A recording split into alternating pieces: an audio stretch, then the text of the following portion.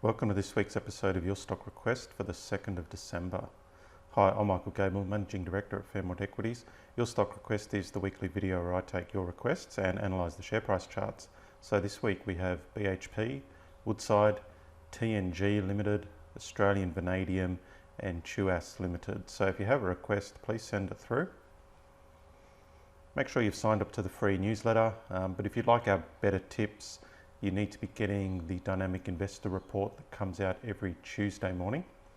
But if you do enjoy these videos, I'd love you to share them on social media or even leave us a review. Our main business is in portfolio management. So if you'd like to open a broking account with me and have me give you real-time alerts as to what I think you should be buying or selling, then please let me know. And all the advice, of course, is general only.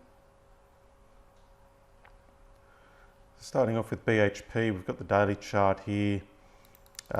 Just like with some of the other miners over the last few months, we've had that drop here across August, September. But we did have some nice sort of divergence here with the RSI. So as the share price continued to fall, the RSI started trending a bit earlier, started trending higher. And that's led to a bottoming out of BHP. So if we just zoom in a bit more, we could see that there's been a clear base that's been forming here. And now it's breaking through. So, and that's despite the market looking a bit weak. So, looks good here, BHP. I think this break is a buy signal, and I think we should see it recover from here. Okay, WOODSIDE. So we had a look at this one, I think in mid-October, and at the time it looked like we had potentially a sort of a 5-wave advance underway. It looked like we had a 1, 2, 3, and it was consolidating for a 4, but we could see it never eventuated to a move higher. It broke to the downside. So clearly these few days was very negative, and then it's just continued to drop. Nice sort of rebound here, so big bounce off the lows, and then closing sort of higher for the last couple of days. But the ranges here are just really large now, so I think that's just quite a big risk. You got a stock here at 21.50, you got a recent peak here at 23, recent support down here, so quite risky. I think if you were to give this one a go, you'd have to run a fairly tight stop. But I'd rather see it settle down a bit more. Okay, TNG. So tightening range here, obvious break, nice run. But as we could see, the recent decline has taken it all the way below the breakout. Not only that, the volume on the way down is quite large, so actually bigger than the volume on the way up. So that's not a good sign. I think at best what it'll do here is track sideways. Otherwise the risk is still, I think, a bit more to the downside on this one.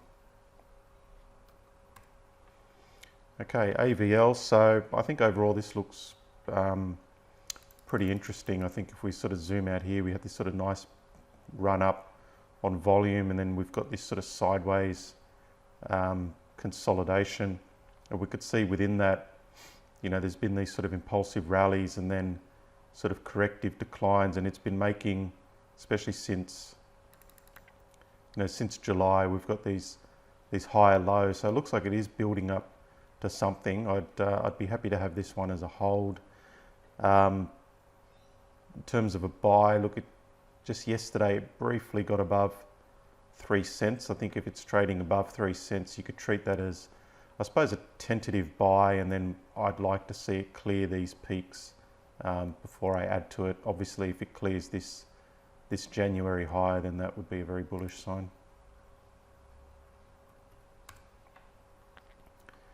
Okay, and TUA. So we could see for the first half of the year, just big sideways movement, and then in August we had this push up closing on the high, taking out getting out of this range, that would have been the first buy signal. Would have been a great one, obviously, because it's done really well since then. Looks like a hold here. I think, obviously we've still got a trend. It's going up. Last few days it's made a lot of progress, so I wouldn't be chasing it after a straight line move over the course of 3 days. You'd have to wait for another consolidation. So, ideally we need to see something like these, or a flat consolidation like that, before you could trigger the next buy. So at the moment, a hold, wait for a consolidation until you can get the next buy signal. Okay, well that's all for this week. If you have a request, send it through. I'll try to look at it next Thursday for you.